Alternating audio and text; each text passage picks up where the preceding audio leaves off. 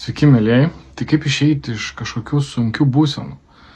Praktiškai iš bet kokios sunkios būsenos yra vienas būdas išeiti ir jis yra pasivaikščiojimas. Ilgas. 2-4 valandų.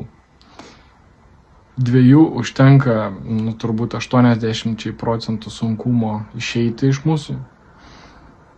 O 4 užtenka turbūt tam likusiam 20%, jeigu situacija yra ypatingai sudėtinga, paini, labai slegianti, labai giliai įsiskverbus, labai plačiai įsiskverbus ir panašiai. Kodėl būtent vaikščiojimas? Nes yra fizinis aktyvumas, į tai įtrauktas, yra daug kitokios aplinkos nei jūsų namai, aplinka keičiasi. Galbūt joje dalyvauja kiti žmonės, kažkokie kiti vaizdai. Smegenims yra tam tikras poilsis.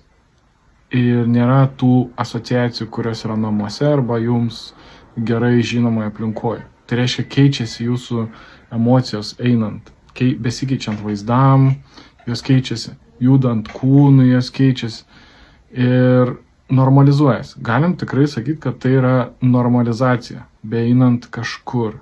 Ne? Išėjimas iš tos vietos, kur galbūt kažkas įvyko arba kažkas dažnai vyksta ir ėjimas tiesiog kažkur jau iškart keičia mūsų emocinę būseną. Ir kartais dar toks momentas gali būti, kad iš vidaus gali atrodyti, kad man sunku ir kažkokia kaltė yra, kad taip ir turi būti ir gal net man neišeis iš to išeiti, nes galbūt aš nenusipelnau, kaip pavyzdys. Mes aišku taip galim nesuvokti tiesiogiai, ne? Bet kažkokios užuomazgos to dalyko gali būti, tarsi nenusipelniau, kad man tai pasibaigtų ir kad vėl jausčiaus gerai. Tačiau iš tikrųjų, šitoj vietoj reikia labai aiškiai suprasti, kad tikrai niekam nėra naudinga, kad jūs jaustumėtės blogai. Jeigu žiūrėti šiek tiek į gyvenimą giliau, ne tai, kad tiesiog viskas atsitiktinai vyksta, ne? Bet žiūrėti giliau, kad yra kažkoks mechanizmas, ne? Kad mes susiję su kitais žmonėm, kad yra kažkokia tvarka, kaip viskas veikia, kad mes esam susiję ir panašiai. Tai iš tos pusės žiūrint, niekam nėra naudinga, aš turiu galvoje iš gerosios pusės, kad niekam nėra naudinga, kad jūs jaustumėtės blogai. Kodėl? Todėl, kad mes, kai jaučiamės blogai, mes toliau kūriam blogus dalykus, nes tiesiog mes įsimagnetinam tame blogume ir toliau vėl prasideda blogi dalykai ir tame galo nėra, kol iš to neišeinam. Tai kaip tik yra mintis, kad nebandyti ant kažkaip, lengvais būdais, kažkokiais kenksmingais mums sveikatai ar kažkam išeiti iš to, ne? Aš kalbu apie kažkokias medžiagas cheminės, bet natūraliu būdu paimti ir taip atrasti tą būdą, kuris padeda, tai ėjimas. Aš nežinau, ar man buvo kažkokia tokia būsena, kur ėjimas nepadėtų realiai. Buvo, kad netgi labai sunku išeiti ir sunku eiti, bet baigus tą pasivaikščiojimą, nepamenu, kad vis dar jausčiaus blogai, tiesą sakant.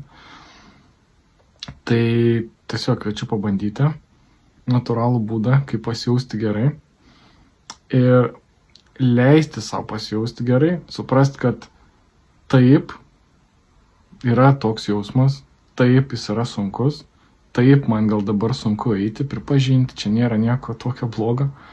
Ir einant tiesiog bandyti pajusti, kaip aš jaučiuosi dabar, truputį gerėja, einu toliau, o jeigu negerėja, vis tiek einu toliau. Einu, žiūriu, geriau. Natūralu, visiškai natūralu, kad geriau. Grįžtu namo, galvoju, praėjo. Bet gal atėjo suvokimai, ką reikia kitaip daryti, ką kur pataisyti, ne? Galbūt pats jausmas praėjo dėl to, kad pats suvokimas atėjo. O gal jūs beeinant kažkam paskambinot ir kažką pasakėt ir praėjo. Čia daug visokių dalykų. Tai leiskim savo gerai pasijausti. Kitas dalykas, galim tos suvokimus, kurie atėjo, užsirašyti. Gilintis į tą visą, o iš kur tas blogumas atėjo. Gal mes net nesuprasim, iš kur jis atėjo. Gal kartais net ir net negalim sužinoti, nes, nu, vat kažkaip nėra tarsi minčių sekos, nuo kurios jisai kyla. Bet tiesiog jis vat vienu momentu labai stipriai sukyla, tada mes einam pasivaikščioti. Bet yra momentų, kur mes galim atrinkti visą tą grandinę įvykių, kas prasidėjo, kas ką pasakė, kaip įvyko, nu, pasidaryti išvadas ir sutaisyti. Tai va, tai pabandykim šitokį metodą.